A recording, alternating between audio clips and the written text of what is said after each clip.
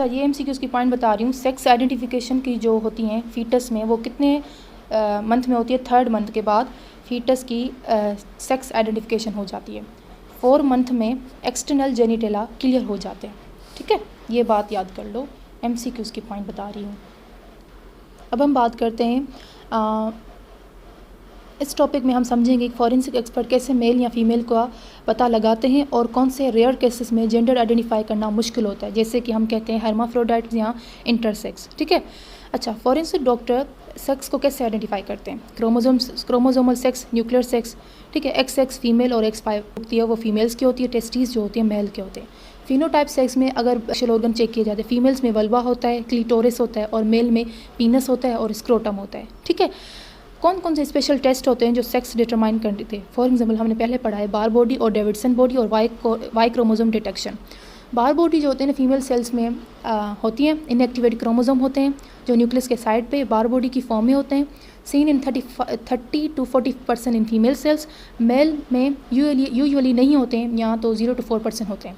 Davidson body जो drumstick body होती हैं, इसका दूसरा नाम है। फीमेल की न्यूट्रोफिल में एक छोटी सी ड्रमस्टिक जैसी स्ट्रक्चर होती हैं जो सिर्फ फीमेल्स में नज़र आती हैं, 3 to 6% होती हैं वो। वाई क्रोमोसोम डिटेक्शन को फ्लोरेसेंट डाई या डिटेक्ट किए जाते हैं, स्पेशली डेंटल पल्प में, इवन इन डिकम्पोज्ड बॉडी में हम डेंटल पल्प को यूज़ करके हम वाई क्रोमोसोम को डिटेक्ट कर सकते हैं। ये बात याद कर लो। और कौन सा स्टैंड यूज़ करते हैं? फ्लोरेसेंट डाई यूज़ करते हैं। ठीक है, अब आते हैं रेयर केसेस पे जहाँ सेक्स आइडेंटिफाई करना मुश्किल हो जाता है। इनको कहते हैं हम हर्माफ्रोडेटिज्म इंटरसेक्स कंडीशन। इसमें आदमी या औरत दोनों के फीचर मिक्स होते हैं। लाइक इसके 2 टाइप्स हैं, ट्रू हर्माफ्रोडेटिज्म, ट्रू एंड फॉल्स। अच्छा, ट्रू में क्या होता है? इसमें दोनों गोनेट्स होते हैं, एक साइड टेस्टीज, दूसरी साइड ओवरी, या दोनों मिक्स फॉर्म में होते हैं, ओवो टेस्टीज। ठीक है। फीमेल में, अच्छा फॉल्स हर्माफ्रोडाइट में या सूडो हर्माफ्रोडाइट से हम कहते हैं, दोनों ही हम कहते हैं। गोनेट्स एक ही टाइप के होते हैं लेकिन एक्सटर्नल जेनिटेला दूसरे टाइप की होती हैं। सूडो हर्माफ्रोडाइट में गोनेट एक टाइप के होते हैं लेकिन बाहर के ऑर्गन उल्टे होते हैं। लाइक मेल के 2 टाइप्स हैं, फॉल्स को हम सूडो भी कहते हैं, मेल सूडो हर्माफ्रोडाइट और फीमेल सूडो हर्माफ्रोडाइट।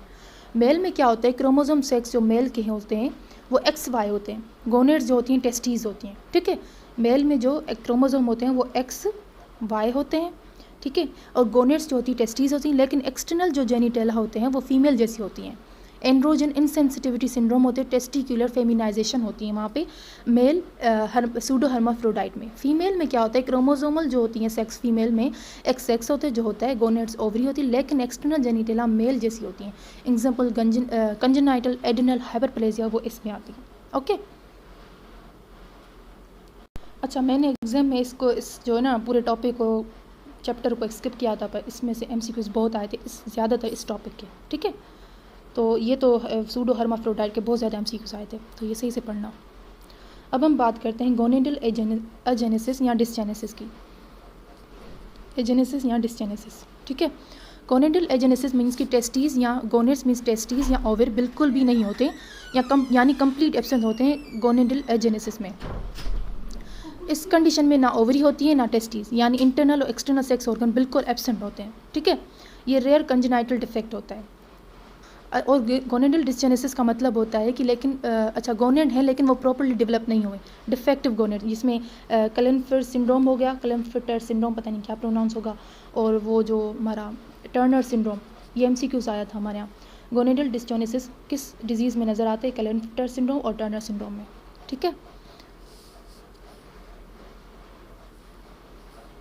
अच्छा, टर्नर सिंड्रोम में क्या होता है? गोनेट्स तो होते हैं लेकिन उनकी शेप जो है ना एबनॉर्मल होती हैं। लाइक उसका जो है X0 क्रोमोसोम होता है टर्नर सिंड्रोम में। ठीक है। ओके।